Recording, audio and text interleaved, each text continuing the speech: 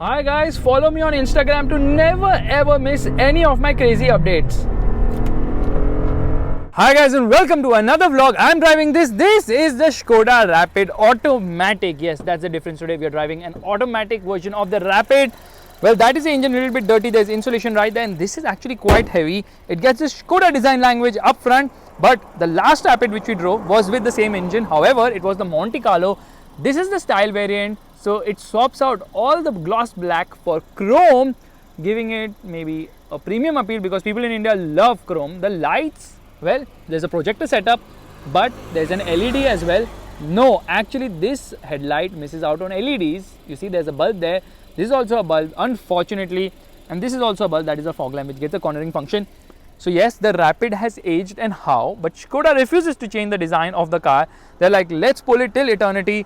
And it gets silver colored wheels instead of the more funkier and sportier looking wheels on the Monte Carlo. Again, you get a chrome line here, chrome line there, lot of chrome on this car, but there's nothing to talk about in terms of the design of this car because we have like spoken about it millions of times. However, you get a subtle spoiler. I thought it's only there in the Monte Carlo, it's there here as well.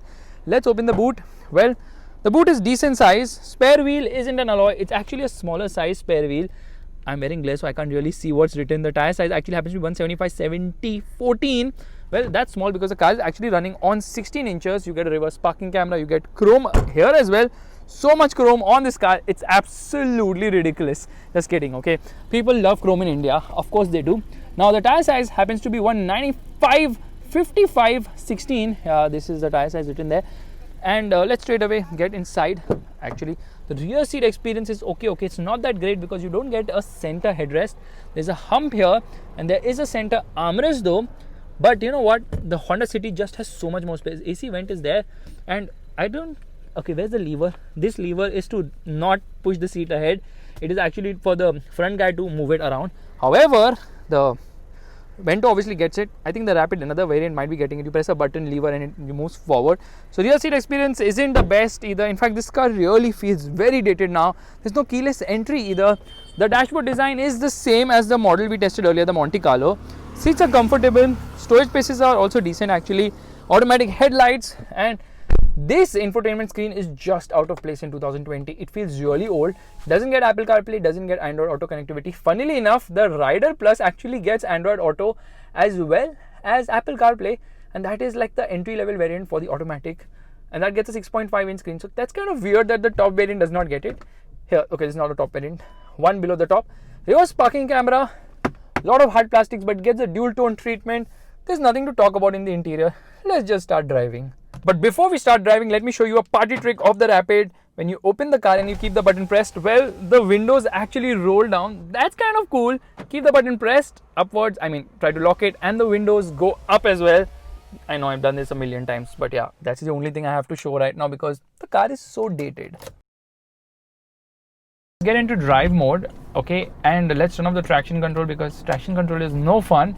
Turning off the hazard lights, and you see the car actually crawls at a very relatively high speed, so you have to be very careful when parking the car because you have to be on the brakes. It just crawls too aggressively as such. I mean, faster than what you usually see in automatics.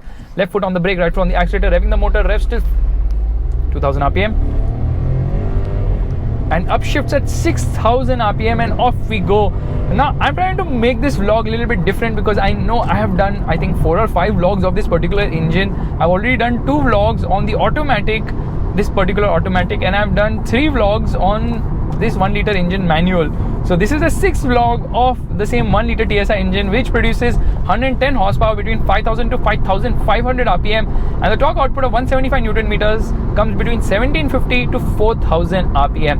There's a hint of lag now. I mean, there is turbo lag, but with the automatic it kind of masks the turbo lag to a certain extent. That's why you see slightly lesser lag in the automatic.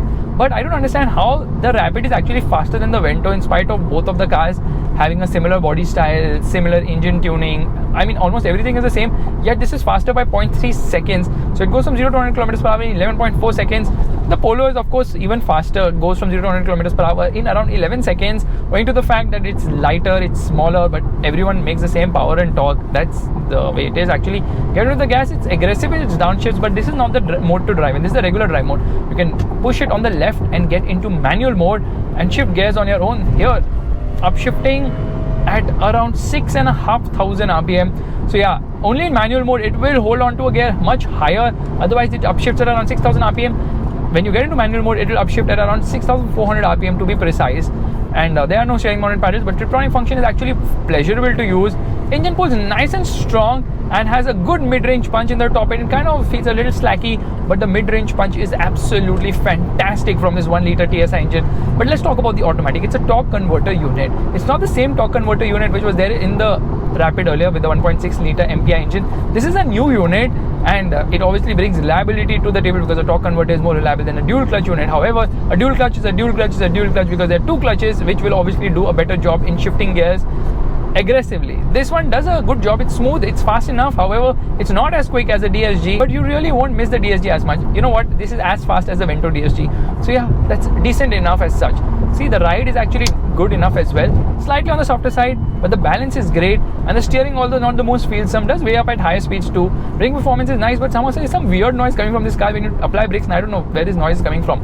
So as I see it, the performance of this automatic is actually quite nice. It's a 6-speed unit, paddle shifters should have been offered. Get into the gas, it's quite aggressive. In fact, you know, this is a gearbox which doesn't like to upshift when you are at lower speeds or at, you know, lower gears. It will not aggressively upshift. However, once you reach a higher speed, then it doesn't hesitate to put you in a higher gear just to conserve fuel. It's saying right now, actually, the fuel economy happens to be, well, what it is returning right now is on the lower side, because it's saying 8.9 kilometers per liter, which is less. And the good thing is, even if you tap the accelerator pedal a little bit now, then it realizes it needs a downshift and gives you a downshift in quick succession too. So that's really nice about this gearbox. Flat out, this car will do 195 kilometers per hour, which is blisteringly quick if you ask me, for a car which is not technically, it is actually 10 years old.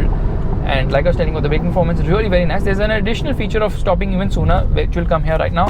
Yeah, that actually adds to the braking performance. So bad you were.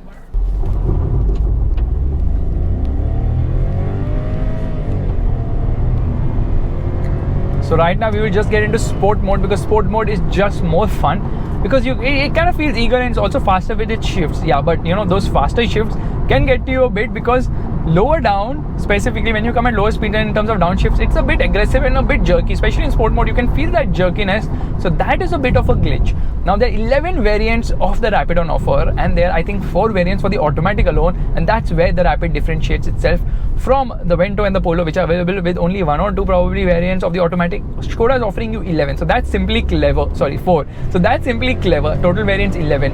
Price range starts at rupees 11.12 lakhs for the base automatic, which is the Rider Plus automatic, is priced at rupees 11.12 lakhs. This particular car which you're driving is priced at 15.35 lakhs, and the Monte Carlo is priced at 15.7 lakhs, which is very expensive. Actually, you see, the high trims are quite expensive.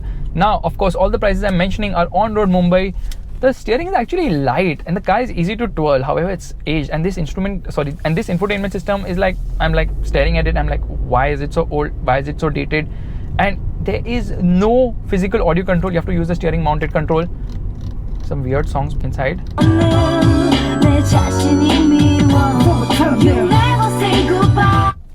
Audio quality is so not that great, not so impressive, and yeah, it upshifts faster, rather sooner when you get it into this mode which you are driving right now. What is the mode? Well, sport mode. And that bump actually caught me out. The suspension is not very silent as such, which is a bit of an issue, but get into the gas and yes, the acceleration will put a smile on your face, because it does respond nicely to throttle inputs. So as I see it, it's still a very solid car, the Rapid, but you're better off getting the manual, because the manual is just so much more fun. Spins its wheels without traction control. Here we have traction control but no wheel spin, because the gearbox actually does the low end response to a certain extent, and that's the reason why it's slower by a second when compared to the manual.